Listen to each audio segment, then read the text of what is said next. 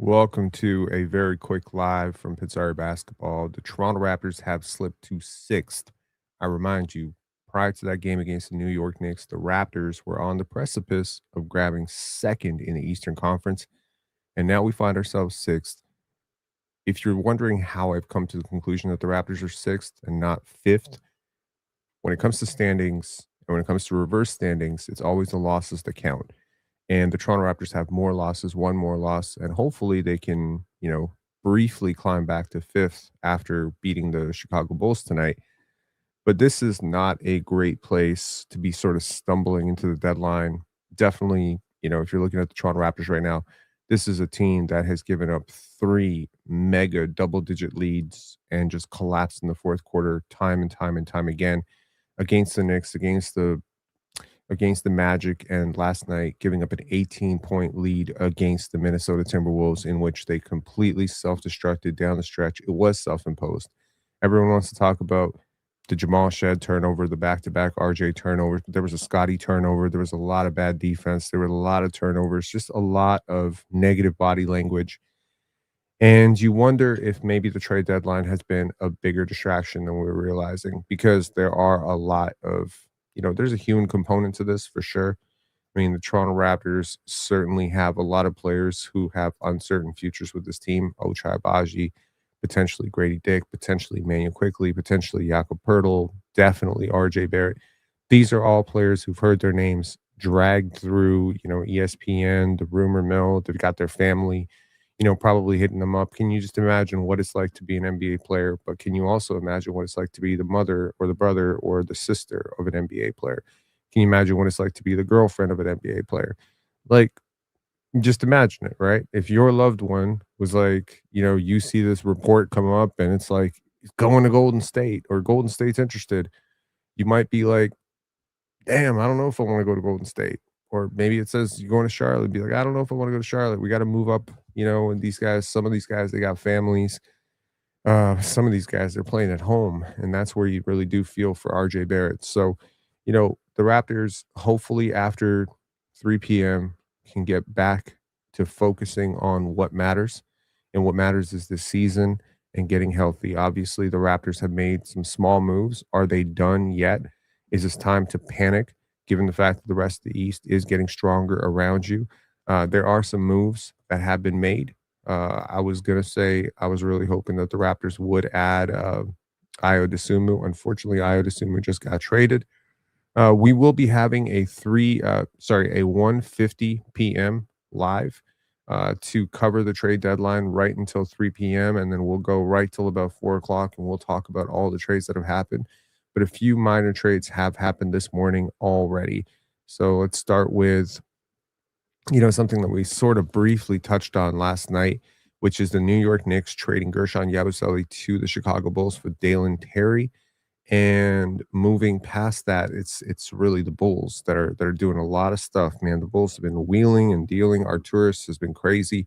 So the Minnesota Timberwolves have traded Rob Dillingham, Leonard Miller, and 4 second-round picks to the Chicago Bulls for Ayo Dosunmu and Julian Phillips. Sources said, if you are doing some math on that, that means the Bulls currently employ Josh Giddey, uh, Rob Dillingham, Jaden Ivey. Are they trying to, like, basically, they have not, like, what is this team doing? And they have Colin Sexton. What is this team doing? They have 5 guys, 6 guys who are the same, basically, player. And Colin Sexton and what are we doing? I would assume we're better than most of them, but, like, Rob Dillingham, I mean, I do like Leonard Miller, so this is definitely something, but the 4 second-round picks is interesting because the Chicago Bulls, according to Bobby Marks, have added 9 second-round picks in the last week, 14 total. That's insane. I mean, second-round picks can be valuable, but honestly, they usually end up being sweeteners. The Bulls are priming themselves. I don't know. This is like NBA 2K. Like with the Chicago Bulls right now, it is like NBA 2K. Also, the Los Angeles Lakers, praise Jesus, are trading Gabe Vincent and a 2032 second-round pick to the Atlanta Hawks for Luke Kennard. Sources tell ESPN. This is a fleece, if I've ever seen one, for the LA Lakers. Luke Kennard is a significantly better basketball player than Gabe Vincent. Gabe Vincent is an awful basketball player. And if all it took was a 2032 second round pick, I'm almost surprised the Raptors didn't get in on this themselves because Luke Kennard would be a welcome addition to the Toronto Raptors. Uh, I guess. Cool. This is weird. Okay.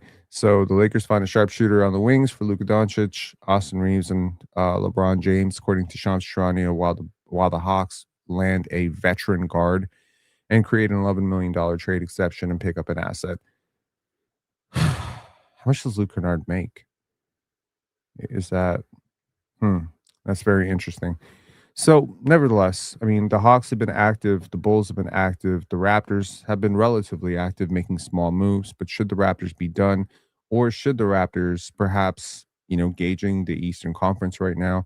Obviously, the big shoe is still yet to drop, which is the Giannis Antetokounmpo trade. Will Giannis be traded to either Miami or Minnesota before the trade deadline at 3 p.m.? I think if you're a Raptor fan, you're really hoping that it's not to Miami because Miami is right on our heels at 6. And I do believe that if Giannis goes to Miami and he's healthy within a couple of weeks, that's a team that's right behind you. And whether they catch you or not, that is a team you're going to have to deal with in the playoffs for the next couple of years. And that's going to be really tough, especially if they manage to keep, one of Tyler Hero. And yeah. So what should the Raptors be doing here? I have an idea for what the Raptors could do, and it's not it's not glamorous. It's not amazing.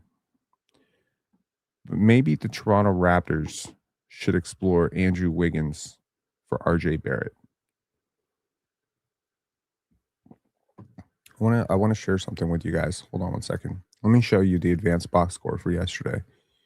Now, much was made of the clip of RJ Barrett, yelling at CMB for screwing up that turnover. There was a bullshit, apparently. I mean, I didn't hear it myself, so this is secondhand information. But this was Sam Mitchell allegedly saying that he didn't believe that Jamal Shed should have the ball late in the game, that it should be in IQ's hands, BI's hands, and Scotty's hands. I don't understand why Jamal Shed is being dragged in the mud for a turnover that he made. Yes, he made a mistake. Yes, he's a second-year player. Mistakes happen. He didn't make back-to-back mistakes and then blame somebody else for his mistake. I want to show you the advanced box score last night. No, Jamal Shed did not have a good game. We called it out in the post game. No, Jacoby Walter didn't have a great game either. Grady Dick was fine. Brandon Ingram was relatively inefficient, but say what you will. He drew a very, very difficult matchup. Scotty Barnes had a very good game. Colin Murray Boyles had a great game. And Emmanuel Quickley had one of his best games. So, look, from an analytics perspective, Emmanuel Quickley is doing a lot to put himself into conversations as a top 55 to top 60 player. And as he continues to work and figure himself out and figure out an off ball role, as the Raptors get a screening partner for him in Trace Jackson Davis yesterday and potentially even, get Jakob Poeltl healthy, I do think Emmanuel Quickley is slowly playing himself into a territory where you can make a justified case. I'm not going to make it myself, that he is close to worth his contract value right now. And you can obviously slow play this RJ Barrett thing and then take it into the offseason where you will have all of your picks. Who knows? Maybe you slip down the standings and on draft night you have RJ Barrett and the 16th overall pick and you can make a deal then. Maybe you use that 16th overall pick to literally pick the player who will replace RJ. I don't know. What I'm saying is RJ Barrett, if he's not traded by 3 p.m., is going to become a pretty weird $29 million expiring this offseason. I would not suggest you go into next season without making a decision on his future one way or another because it's a very big distraction for him and for everybody else. Either commit to him long term because you know him, you like him, and you trust him. Okay. You trust him because, he's a homegrown kid, means a lot to your brand. He's obviously bought in for the most part this year. He has tried to be that off ball player. Obviously, the Raptors have had a lot of success with RJ on the court. If he is, your third or fourth best player, you're probably not a great team, but that's fine, because if Scotty takes the next leap at some point, between this season and next season, I don't think how good RJ Barrett is going to matter very much. And honestly, we're seeing some very positive growth from CMB, and hopefully we can get a jump from one more player. Maybe Brandon Ingram eases himself into form. Maybe the Raptors can get lucky in next year's draft and find an immediate contributor. And, you know, you're still one of the youngest teams. RJ Barrett can still get a little bit better. But again, I wouldn't slow play this for too long with RJ Barrett. As I said, find a modest contract. Anything north of 25 million is going to be an overpay, in my opinion. But with the way the cap is going, $25 million is going to represent around 13 to 14% of the cap in a few years. That's not the worst thing in the world for a fourth starter. So $25 million, there may be a sticker value shock to it. That is a downgrade on what he currently makes. I think 25 million is a fair starting point, and I think the most I would pay RJ Barrett. So for her, first of all, if I was in charge of the Raptors, the most I would pay RJ Barrett is 70 million for 3 years. Uh, yeah, that's the most I would pay. But given that it is the Raptors, and given that he is a hometown kid and that he means a lot for the marketing department and all that stuff, I have a feeling they'll go as high as 100 for 4 if they're planning on keeping him. If you're not planning on keeping him, do not get to the trade deadline where everybody starts to feel your desperation. Learn from the OG and Pascal situations and just move him in the offseason for whatever you can get. Honestly, I'm not even sweating it too much. RJ was never supposed to be a really big asset for the Raptors to begin with, but I really don't want to continue to play him, go to the playoffs with him, uh, take away meaningful, reps from Jacoby and Grady. The more you put those guys in positions to fail or succeed, the more of a clear window you're going to have into who they really are. And that is going to matter because Grady is extension eligible this offseason too. It would help to know if he's a real NBA player. Because if he's not a real NBA player and you start selling yourself on, well, what if he could be an NBA player with a bigger role? Maybe, because you invested a lottery pick in him, you end up overpaying him and then end up eating that contract and regretting it.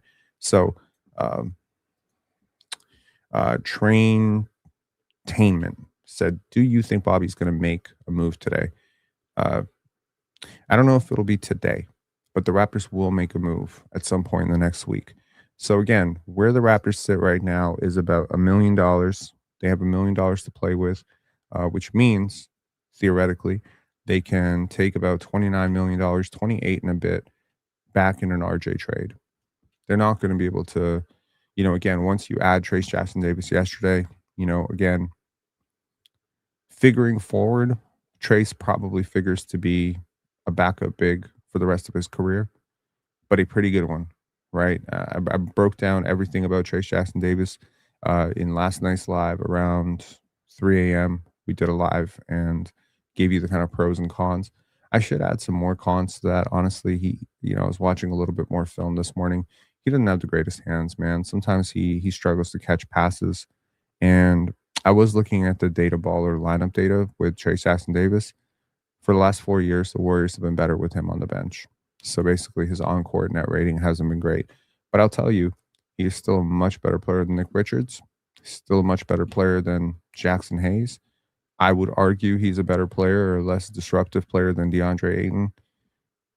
You're not going to be finding like a starting level center for a second round pick. Starting centers go for multiple firsts. And young 25-year-old starting centers go for they don't go, period. Player, they're not tradable. So the fact that you have found a player who fits your system and is a relatively decent neutral player is not something to be mad about. I don't know why everybody wants home runs, right? Everybody wants the first overall pick. No, man, honestly, look at the Raptors championship roster. It wasn't a matter of home runs. It was a lot of really, really solid on base decisions. And I would argue that Trace Jackson Davis represents a really good on base decision and a really good depth decision. And presumably, he's had a much better career so far than half your roster. He's had a better career than Jacoby, Grady, Ochai. He's had a better career so far than Jamison Battle. He's had a better career so far than pretty much all these guys, and he's right around the same age as a lot of them. So I struggle to see how this can ever be presented as a negative, but I'm sure some Raptor fans are committed to misery, and you're going to find a way to be sad about this. There's nothing to be sad about with Trace Jackson Davis. you're getting a solid backup big for a year and a half, right? Do I need to remind you last year that Orlando Robinson and Colin Castleton were playing for this team? No, obviously, hindsight bias, 2020, probably could have drafted Quentin Post last year. Quentin Post is better. Could have drafted Maxime Reynaud this year. Maxime's better. But again, like, this is always hindsight bias. I don't think it's gonna matter too much. So the overall thing is, what should the panic level be for the Toronto Raptors given that they are 6th in the East right now? Panic or patience? My personal opinion, I would go with patience. I don't think this year is about championships. I think this year is about building and growing together and figuring out who guys are and adjusting the roster and giving Scotty Barnes the time to grow and figure out his teammates and learning, learning about your roster, learning about your players, giving them look, you have a second year a second year point guard. You're undersized. Emmanuel Quickley is showing signs, man. Over the last month, Emmanuel Quickley's been really good, really good. There's been a couple of stinkers that, if you're really an Emmanuel Quickley hater at this point, you can really just point to those and be like, yeah, it's not real. No, man, it's very real. He is figuring it out, and he is figuring out a role off the ball, and he is getting off the ball very often, and it is working. So if Emmanuel Quickley is really this dude, I mean, man, that's a huge win for the Raptors. And Scotty yesterday and Scotty many times this year has proven that he has that, that dog in him. And playing out of position at center is just not helping him out very much. But I think playing with a little bit more size and someone who can, gobble up some of those rebounding responsibilities from him is going to be really positive for him. So me personally, I'm not panicking. If the Raptors end up sixth, seventh, eighth, it doesn't matter to me at all. There's no need to be parting out first round picks for like a redundant win now move. There's no reason to be, calling everybody. I think the Raptors should right now just stay vulture like. They should be very opportunistic. They should look to be facilitators. And if there's a deal out there where you can swap salaries and I don't know, take back a couple second round picks to make up for the 2 second round picks you lost yesterday, great. If there's a deal out there where you can take on, two contracts, if you can divide RJ Barrett into two players that fit a little bit better on your roster.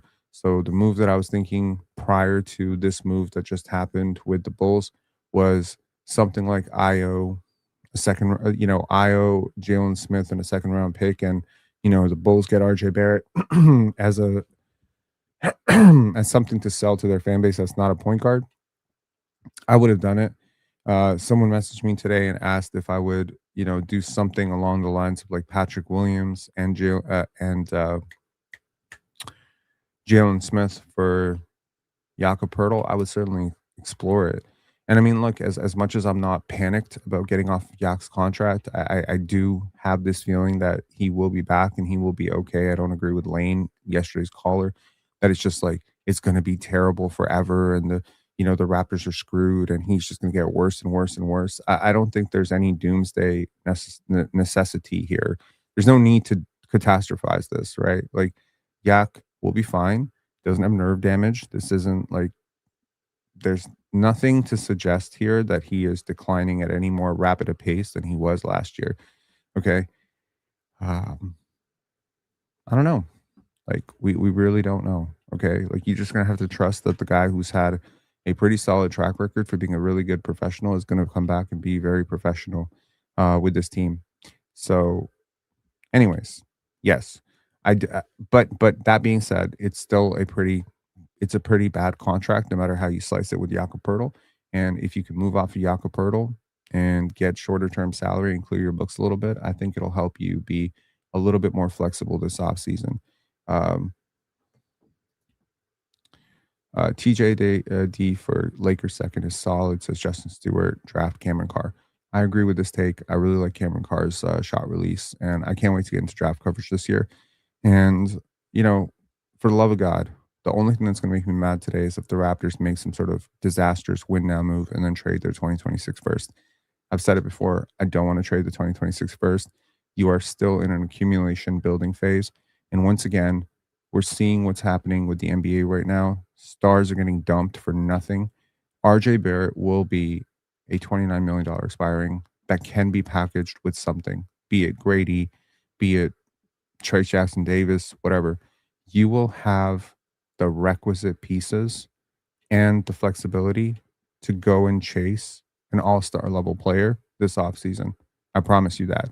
And if Emmanuel quickly keeps playing the way he's playing right now, he's slowly turning himself into a neutral asset, which is a huge, huge win from where he was a couple months ago. So yeah, shout outs to the Raptors. I'm gonna see y'all at 1:50 p.m. For the trade deadline show. I gotta head over to the panel right now. Please give this video a like. But yes, no panic moves for the Raptors. All patience, all the way. Not the worst thing in the world to not have to face the pressure of home court advantage in your first run to the playoffs in 4 years. Trust me, it's much better to be a 6th seed and try to play spoiler than it is to be a 3rd seed and get spoiled. Peace, guys.